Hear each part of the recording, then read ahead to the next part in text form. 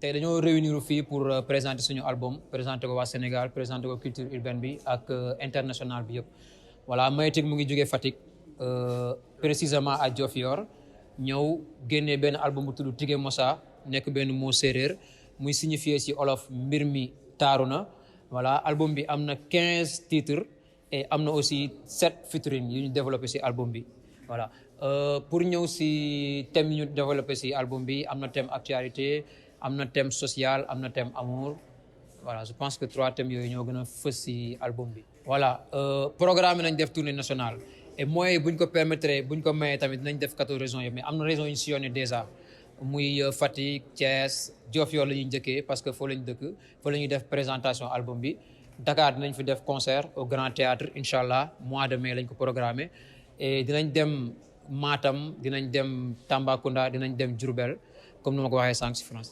waaw boo xoolee début bi métti woon trop parce que amuñu woon studio d'enregistrement dañ doon jógee Fatick et comme sànq ni ma ko waxee 2013 lañ commencé def rap et année boobu dafa tombé juste ñu nekk en classe de terminale moo ñu bokk na si lu ñu gën a ralentir dañ doon jógee Diofior daw jàng ñëw Dakar pour enregistrer déjà distance bi ak moyens yi dafa doon def défaut dañ doon par exemple tegal ay gannaaw yoo xamante ne teeloon nañ ñu gëm xam ne ñi am nañ talent ñooñu doon lijjanteel ay pass ñu ñëw Dakar mais léegi avec Diof Nanor mu def studio annexe à Diofior mooy label Thiaroye 44 teg na ko foofu noonu instant yi nii am na jeune yu bëri yoo xamante ne ñu ngi si localité yooyu noonu ñu ngi ñëw bii Diofior di enregistrer en même temps tamit léegi sax Fatick am na Fatick ville quoi am na studio bu fa nekk maison de culturelle bu nekk foofu noonu donc je pense que mun nañ ko considérer comme mauvais souvenir quoi. waaw loolu tamit nekk na beneen contrainte quoi parce que boo nekkee séeréer nekk géer war a ñëw téye micro pour woy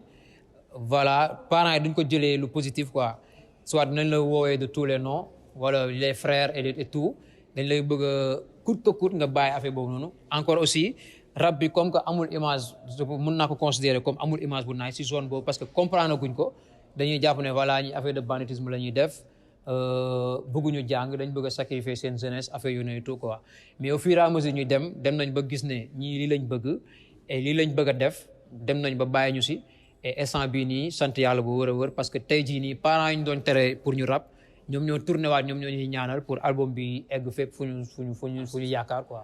ok aujourd'hui c'est la sortie de notre album intitulé Tigé Mossa. Voilà, on était venu pour faire la conférence de presse pour annoncer au Sénégal et à la culture urbaine que notre album est disponible. Voilà, il est composé de 15 titres et il y a 7 featuring dans l'album.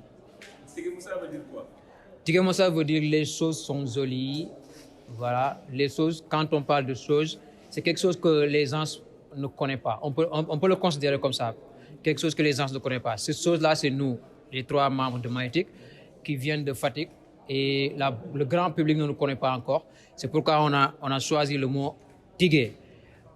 Mossa, c'est-à-dire le contenu de l'album, le travail qu'on a effectué dans l'album. Et voilà, si les gens achètent l'album, ils vont voir ce contenu-là que je suis en train de dire, qui est beau, est belle, etc., etc. Oui, on a programmé de faire une tournée nationale. D'abord, on va commencer par Diofior demain pour le concert de lancement. Et en mois de mai, on va faire un show au Grand Théâtre. Et à part ça aussi, on a programmé de faire une tournée nationale et sillonner quelques régions comme Fatick, Thiès, vers Tambacounda, Matam, etc., etc. Oui, je vais commencer par nous parce que nous avons créé le groupe en 2013. Et depuis lors, on a commencé avec des gens, par exemple les Ngaka Belende, les Seven Shot, les Akhlou Brick. On a à peu près commencé en même temps le hip-hop. Et notre problème était les infrastructures musicales. Les infrastructures, par exemple, je vais nommer une culturelle, voilà, un studio d'enregistrement. Il n'y avait pas à Fatick. Et lorsqu'on voulait enregistrer un son, on venait jusqu'à Dakar. Et déjà, la distance et les moyens aussi, ça faisait défaut. Et maintenant, il y a d'autres jeunes comme nous qui sont là-bas, qui sont beaucoup plus, je veux dire, beaucoup plus talentueux que nous, mais ils ont le problème. Parce que parfois, les moyens font défaut. Mais aujourd'hui, voilà, avec le label Diof Nanor, on peut dire santé yàlla quoi. Comme mon ami le mentionnait tout à l'heure, et quand tu commences à rapper, surtout dans le milieu sérère, si tu n'es pas une personne qui est censée porter le micro, et tu décides de porter le micro dans une famille, la première chose qu'ils vont dire est que tu n'es pas un chanteur, tu n'es pas sur ces genres de d'ethnie-là, par exemple. Je vais dire comme les gueules, par exemple. Si tu n'es pas gueule, si tu es guerre et tu veux porter le micro pour chanter, oh, ça va faire difficile que la famille comprenne ça.